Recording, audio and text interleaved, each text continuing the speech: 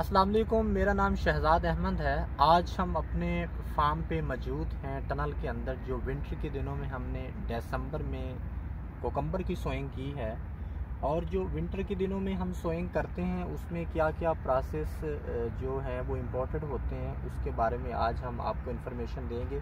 सबसे पहले तो हम आपको ब्लैक पॉलीथीन, जिसको मल्च कहते हैं, उसके बारे में हम आपको बताएंगे कि मल्च का इसमें कितना ज़रूरी है, अहम होता है। मल्च के बिना सोइंग नहीं हो सकती।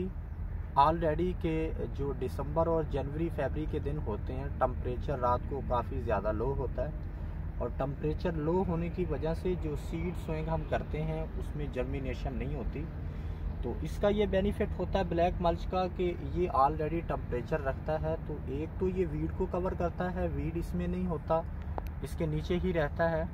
तो उसके बाद जर्मिनेशन में ये काफ़ी हद तक इसका जो अहम किरदार होता है कि वो जर्मिनेशन में मदद फराहम करता है सीड को, कि टेम्परेचर इसमें ऑलरेडी होता है ब्लैक मल्च में।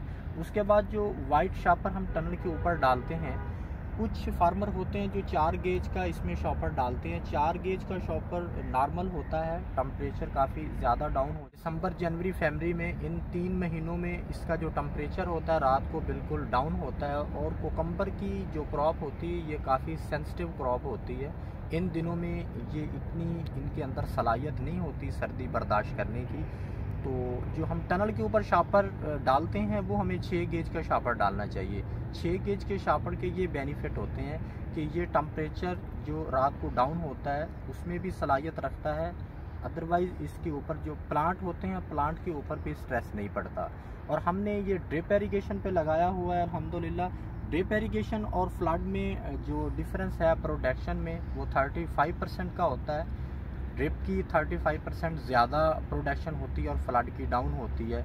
इसमें ड्रिप इरिगेशन में जो फर्टिगेशन है उसकी भी काफ़ी सेविंग होती है, और एरीगेशन की भी सेविंग होती है। बिल्कुल प्लांट को ही ये एरीगेशन होती है, फर्टिगेशन मिलती है, अदरवाइज़ ज़ाया नहीं होती। जैसे हमने फ्लड पे लगाते हैं उसके अंदर छटा करते हैं, या विंटर के दिनों में हम क्रॉप लगाते हैं कोकम्बर की, उसमें सीड टू सीड डिस्टेंस जो होता है वो कितना होता है, और इसकी लाइनें कितनी होती हैं, इसका बेड कितना होता है। सबसे पहले तो आपको ये बताएं कि जो विंटर के दिनों में क्रॉप हम लगाते हैं उसका जो सीड टू सीड डिस्टेंस होता है वो 12 इंच का होता है, और एक बेड के ऊपर 2 लाइनें होती हैं ड्रिप इरिगेशन पे। और विंटर के दिनों में जो क्रॉप लगती है उसमें एक टनल के अंदर जो लाइनें होती हैं वो 6 लाइनें होती हैं, जिसका ऑलरेडी क्रॉप हम पॉलीथीन डालने से पहले साइडों पे एक एक क्रॉप नेट लगा देते हैं।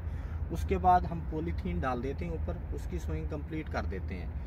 तो जब इसकी जर्मिनेशन शुरू हो जाती है उसके बाद फिर जो 4 नेट होते हैं क्रॉप नेट हमारे, उसके बाद फिर हम वो 4 नेट हम डाल देते हैं क्रॉप नेट इसकी। बाकी इन्फॉर्मेशन इंशाल्लाह हम आपको नेक्स्ट वीडियो में देंगे, हमारे साथ रहिएगा।